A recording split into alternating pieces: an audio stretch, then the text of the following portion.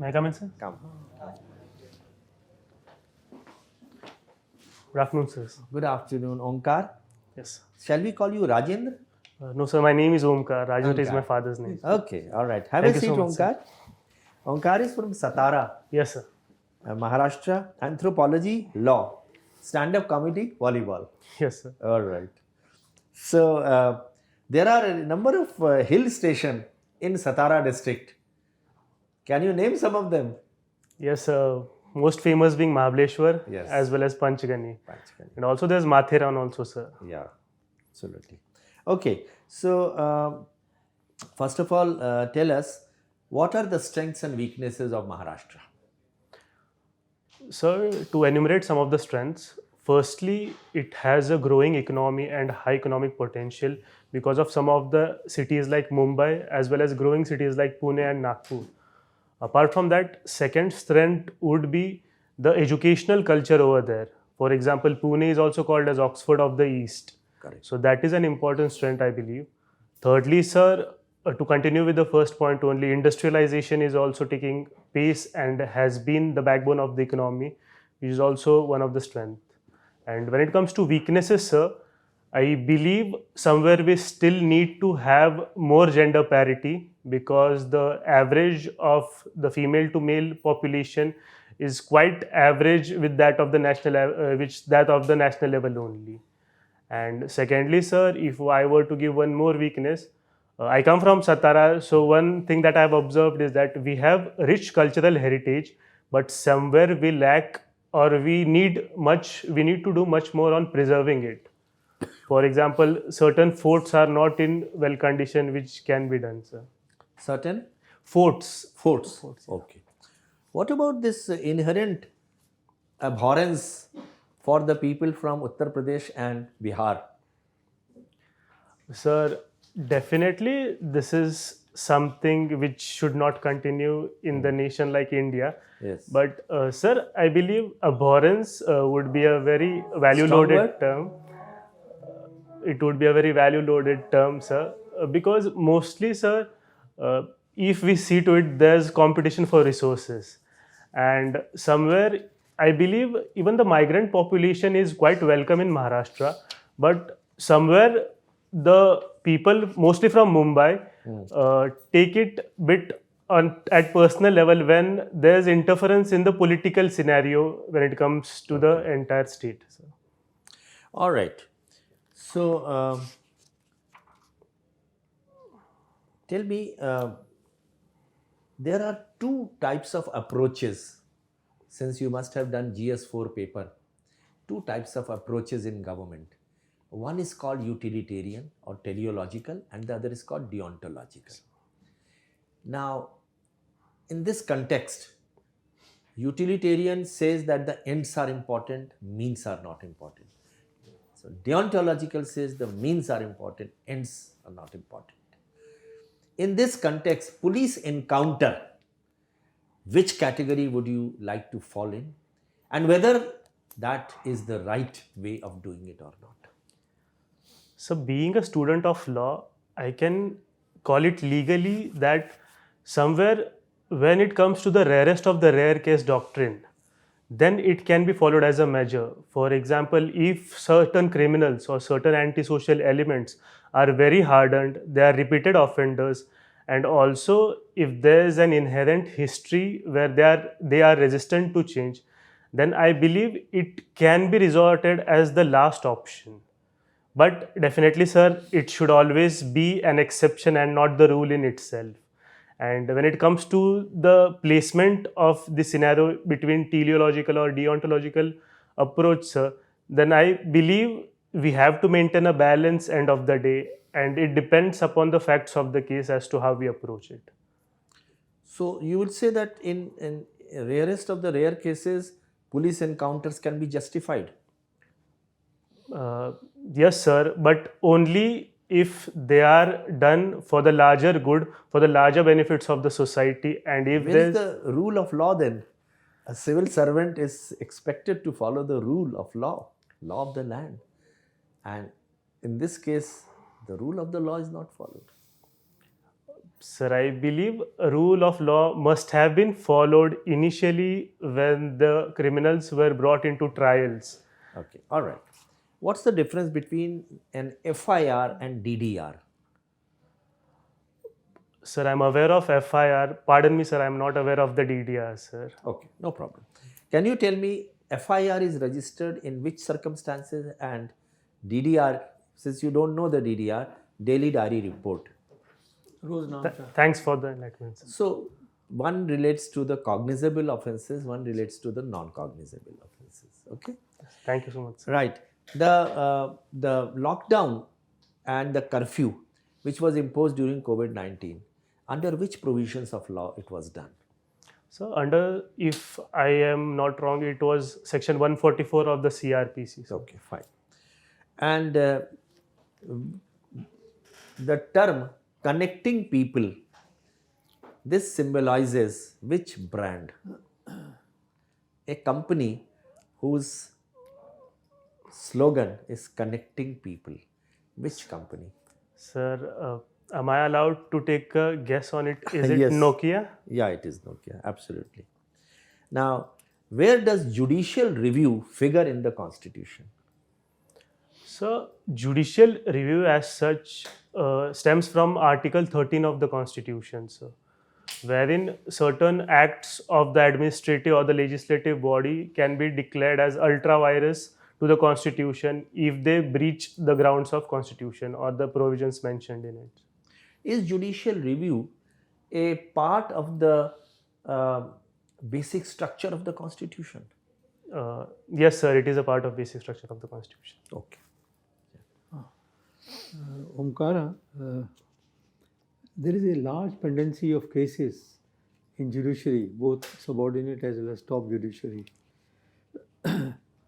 And the cases are getting adjournments. So what action would you suggest? Neither the government is taking any action nor the judiciary is taking any action, and the litigants are suffering naturally. So what is the way out now? Sir, in this regard, sir, when it comes to the role of legislature, I believe some of our laws, most of our laws are of colonial legacy. So we need relevant amendments in those laws. Secondly, at institutional level, sir, somewhere we will have to cap the number of adjournments that take place in the court proceedings. For example, recently there were some directives given by the court wherein a certain number of adjournments should be allowed in those regards, and green, yellow, and red markers will be given to the judges based on it. And thirdly, sir, implementation of national litigation policy should also be done in its letter and spirit, wherein we can at least request government to file limited number of cases on behalf, because also the government is the largest litigant in India as well, sir. So these are some of the steps that we can do. And definitely, sir, fourthly, as a layman, increasing the number of judges definitely is one of the viable options. A lot of vacancies. Yes, sir. Are you aware of the national tribal policy? Pardon, sir, I have read about it, but I'm not exactly able to connect it. The tribals are practicing shifting cultivation, which is causing deforestation. What is the solution to this? So, firstly, we have to understand that tribals are some of the isolated sections of the society, and our tribal brothers and sisters are some of the most vulnerable and marginalized section. So, in this regard, as a solution to shifting cultivation, sir, firstly, we must work at economic level. We must try to provide more number of employment opportunities that are necessary in that regard. Secondly, sir, when it comes to developmental projects, land alienation is a very big problem when it comes to tribals. That should be also taken care of. And thirdly, sir, the Forest Rights Act as well as the other legislation, for example, the national policy of rehabilitation and resettlement, it should be implemented in spirit, sir. Okay. One last question. Some NGOs, which are known as, media calls them urban Naxalites, they oppose development in tribal areas. on the ground that, on the plea that it causes deforestation, cutting of trees, which is anti-tribal. Do you think that's a correct stand taken by the NGOs? Uh, no, sir, I don't think so. It is a very correct stand in that regard. Definitely, there's one thing that forests are very closely connected to the tribals, but terming it as a deliberate activity on part of the government is something that should not be done, sir. Okay, you play volleyball, right? You were volleyball captain. Yes. Which game was invented earlier, basketball or volleyball? Pardon me, sir, I am unable to figure that out, sir. All right. You were school captain also. Yes. A case comes to you that there has been a case of homosexuality in school. And you're the only one who knows it, apart from those two boys. The parents of that boy come to you and tell you that please do not report. It won't happen again. What will you do? So, if the child is a minor, and definitely in the case he or she will be a minor in this regard, and definitely if such an act takes place, the first thing would be to inform the guardian, as you rightfully mentioned, the parents. But end of the day, sir, I'll make sure No, that I mean, that your job as a school captain is not to inform the parents. It happened, and before you could make up your mind what to do with it, his parents contacted you because this boy went and, out of fear of being expelled from school. So that's how the parents came to you. So, to be honest, sir, homosexuality is not a crime per se. But yes, if minors are involved, then it definitely forms to be a part of crime. And my responsibility as a captain in this regard is, sir, to take the confidence of the child as well, and to make sure that as a first resort, I at least try to assess as to which faculty or which teacher am I close to, or if I'm able to put it in words, has an open mind to have a deliberate intent on it. So definitely I'll go to one of the teachers, most probably the PE teacher for that regard, when it comes to sports, and I'll let him or her know about the things, but at the same time I'll also try to ask him or to beg him that the identity of the person is not brought in front. Okay. Now, one retired judge or retiring judge in his farewell speech said that both the defense and the prosecution know the truth. It is the judge who's on trial. So, in his statement, there is a certain indication of lack of ethics on part of lawyers in a lot of these cases. What is your comment on this? So the legal profession is as such that one side has to be in the favor of justice, and the other side is constantly at loggerheads to delay the justice, as it is rightfully mentioned or was rightfully mentioned by the judge. But definitely, sir, somewhere professional ethics also play a key role in it.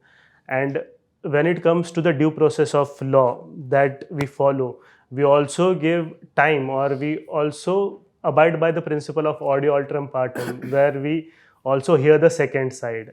And I believe the second side should also be represented in this regard, and it should be heard before an outcome is reached.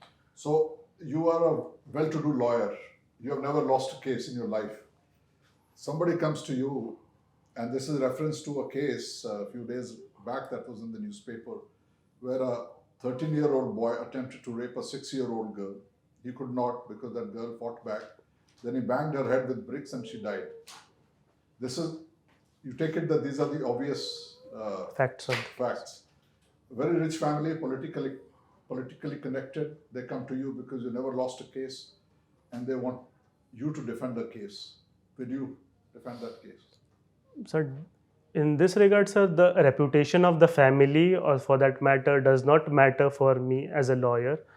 But if I am approached by a party, as the legal profession entails that I must represent the other party as well, or the accused as well. But definitely at ethical level, I'll try to recuse myself for it, or I'll try my level best to be an amicus curiae in the case, if that is an option. But I'll definitely have a second thought on representing the case. But end of the day, sir, if the court itself mandates me to do that, because in many cases the court itself have appointed lawyers to represent certain individuals to follow the due process, then I'll have to take it, sir. But that would be the last resort, sir. All right. Thank you. Thank you, sir. Omkar, what is colorable exercise of jurisdiction? Sir, if I am allowed to rephrase it, sir, it is the tweaking of the provisions of the law to make sure that a certain thing or a certain event is done so that it favors a thing. For example, it is mostly found in the cases of center state relationships or the subordinate and higher judiciary, wherein certain provisions are given a different color when they are implemented on ground.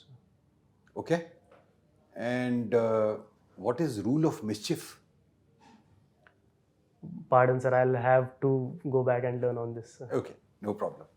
So Indian Constitution, Sir Ivor Jennings said that it is a lawyer's paradise. Your comment on it? So definitely there are various legal provisions and anomalies that require a legal acumen to interpret on it or to have an opinion on it. And so definitely we need laws that are simple, modest, and that can be ascertained by common people as well. As Napoleon rightfully said, law should be so succinct that it can be carried out in the pocket of the court and so simple that even peasant can understand it.